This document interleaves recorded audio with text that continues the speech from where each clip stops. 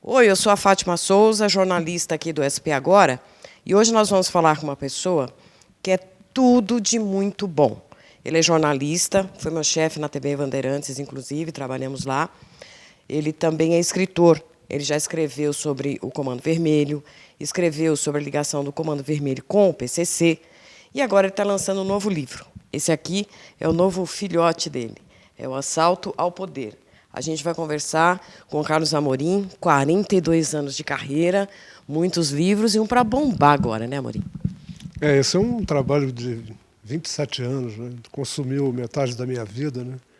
Apesar de que não me deu muitas alegrias, né? Porque esse tema é ruim, difícil, né? Mas é o terceiro volume de uma trilogia, a primeira trilogia escrita no Brasil sobre violência urbana e crime organizado. E com esse livro eu me despeço de uma contribuição de muitas ideias e de 1.300 páginas impressas, que para mim já chega, já foi o bastante. Agora, Amorim, o que esse traz para a gente? Nós lemos o Comando Vermelho, depois o quanto Comando Vermelho e PCC se aliaram e trabalham junto no crime. O Assalto ao Poder traz o que para o leitor? O Assalto ao Poder defende a tese de que o crime organizado em escala mundial pretende, de fato, a tomada do poder.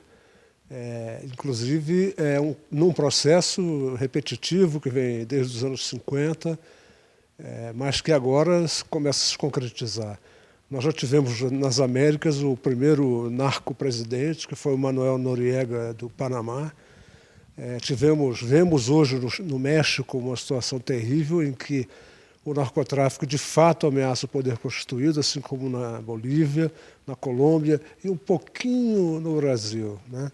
Então essa é a tese. Um pouquinho, mas cada vez mais, né, Amorim? Eu penso sim, eu penso que nós estamos vivendo um processo de colombianização muito lento, mas estamos.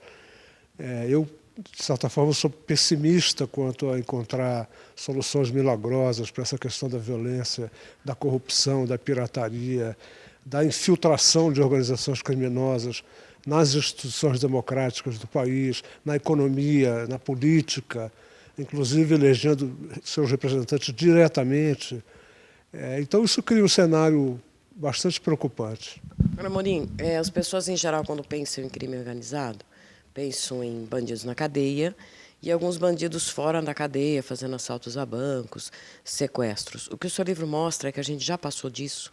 Existe mesmo a organização dos bandidos, que não se limita mais hoje a meia dúzia em cada esquina, ou fazendo particularmente o seu crime. Há uma integração entre eles e o poder é o objetivo? O crime organizado que está presente no Brasil, ele é o mesmo que está presente no resto do mundo, na África, na Ásia. Na verdade, existem 250 grandes organizações criminosas espalhadas pelo mundo que fazem divisão de tarefas, que fazem divisão territorial, que se especializam num ramo ou no outro. Você vê o pessoal da lavoura de papoula na África Central, no Extremo Oriente, que são os produtores de heroína, de ópio. Esse pessoal constitui uma face específica do crime organizado. Você vê o pessoal da droga sintética na Europa Central, que também é uma coisa específica. A pirataria no Extremo Oriente, que é um negócio assustador. Tanto pirataria de produtos quanto de serviços. Enfim, os crimes de internet hoje, a Panda, que é a Panda Software, que é uma empresa que produz antivírus, né? Ela disse recentemente, seus porta-vozes disseram recentemente, que as empresas gastam US$ 1 trilhão por ano com prejuízos e com mecanismos de proteção contra violações vindas pela internet. Quer dizer, o crime organizado é uma coisa muito ampla e muito complexa e muito mal compreendida aqui no Brasil. E muito profissional, mesmo que se lê esse profissional entre aspas, muito profissional hoje esse crime organizado, diferente do que no mundo inteiro, assim, exemplo do Brasil, as autoridades fazem questão de pregar ao contrário, que são grupos pequenos, que não têm importância, que não têm força. A grande questão é que existe uma confusão entre o que é, de fato, crime organizado, né? Quando você vê esse pessoal aí da distribuição de drogas no varejo, do roubo a banco, esse pessoal constitui a base da pirâmide, é o primeiro degrau, né? Num degrau superior acima desse estão as organizações como as que a gente conhece aqui, como o PCC, que hoje é a maior organização criminosa do país, como o Comando Vermelho, o Terceiro Comando, a OPA na Bahia, e o Comando Vermelho Nordeste, são dezenas, né? Então, isso seria um segundo degrauzinho, assim. O terceiro é o pessoal ligado ou não a essas organizações que conseguiram desenvolver relações internacionais. Então, é o cara que vai direto no produtor de droga, o cara que vai direto no exportador de armas. Então, esse cara constitui o terceiro pedacinho. O segundo são os próprios produtores, são os cartéis colombianos, são as tríades do Oriente, a máfia italiana, as 5 máfias italianas, os cartéis caribenhos, as organizações do tráfico no centro da África, que hoje em dia são o segmento do crime organizado que cresce mais depressa, é o que se chama de conexão nigeriana e que já tem ramificações muito fortes no Brasil. Hoje em dia, todos os estrangeiros envolvidos com droga, 80% deles são nigerianos, envolvidos com entrada ou saída principalmente de cocaína, né? Então, e acima dessa segunda categoria, tem o topo da pirâmide, é o que os especialistas chamam de a face oculta do crime. É o pessoal que lida com o dinheiro. Os empresários do crime. São exatamente, a expressão é perfeita, são os empresários do crime. Esse pessoal mobiliza a cada ano uma coisa parecida com 3 trilhões de dólares. Isso é muito maior do que a indústria do petróleo, é maior do que a indústria automobilística, para você sentir o tamanho da encrenca. E esse dinheiro, você não consegue colocar esse dinheiro em cima de uma mesa. Esse dinheiro só pode existir dentro da contabilidade virtual dos bancos. Então, hoje já se sabe fartamente que, além dos paraísos fiscais já conhecidos, as Ilhas Caimã, as Ilhas Jersey, etc., existe o sistema bancário do leste europeu, com o fim da União Soviética, está praticamente todo ele envolvido com operações criminosas e especialmente de lavagem de dinheiro.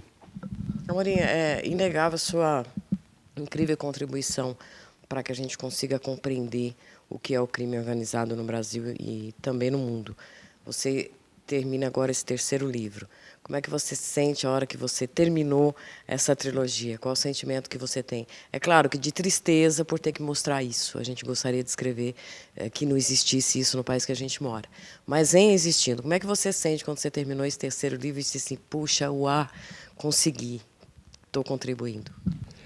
Pois é, Fátima, esse trabalho consumiu metade da minha vida, né? E sem alegrias, porque eu escrevi sobre, afinal de contas, né, sobre a tragédia da juventude do meu país, da infância do meu país.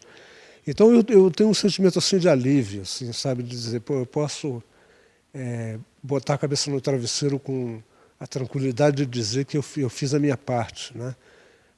Se teve consequências, se isso aí ajudou algum governante a abrir os seus olhos, se ajudou algum cidadão a se conscientizar em relação à questão da violência, está aí o meu trabalho cumprido. Eu acho que é isso. Amorim, a gente agradece bastante e eu tenho certeza, porque eu li os seus outros 2 livros, vou devorar esse aqui também, que avisar você avisou, falar você falou, mostrar você mostrou. Resta agora que as pessoas que têm o poder na mão tomem vergonha na cara e façam que você consiga escrever um livro, talvez alguns anos, dizendo era, mas não é mais assim, né? Vamos torcer. Eu acho que existem algumas iniciativas acontecendo, especialmente relacionadas ao desenvolvimento do país, à distribuição de renda, que já causaram uma certa redução do nível de violência, né? Alguns estimam em torno de 6% em níveis gerais, apesar de que no nível específico a violência continua aumentando. Quer dizer, se de todas as ocorrências policiais há uma redução de 6%, há um acréscimo de algumas outras coisas, mais homicídios, mais latrocínio, mais não sei o quê, mais não sei o quê.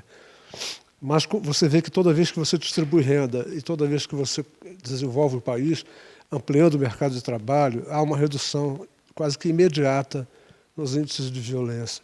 Eu espero que a gente consiga colocar esse processo num ritmo mais veloz, porque o nosso problema não é mais de exclusão, de exclusão social. O nosso problema é a baixa velocidade da inclusão. Quer dizer, você vê que nos últimos 20 anos o número de moradores de favelas diminuiu 16% ou 19% no Brasil. Quer dizer, esse é um dado que eu gostaria de carregar no bolso como uma coisa estimulante. Amorim, brigadão. Pode abrir aqui, cinegrafista, um beijão. Super obrigado. Está aqui o livro do Amorim, Assalto ao Poder, que já está nas livrarias, você já pode comprar. E uma coisa eu garanto, aqui tem história boa demais. Tchau, gente. Brigadão, até a próxima.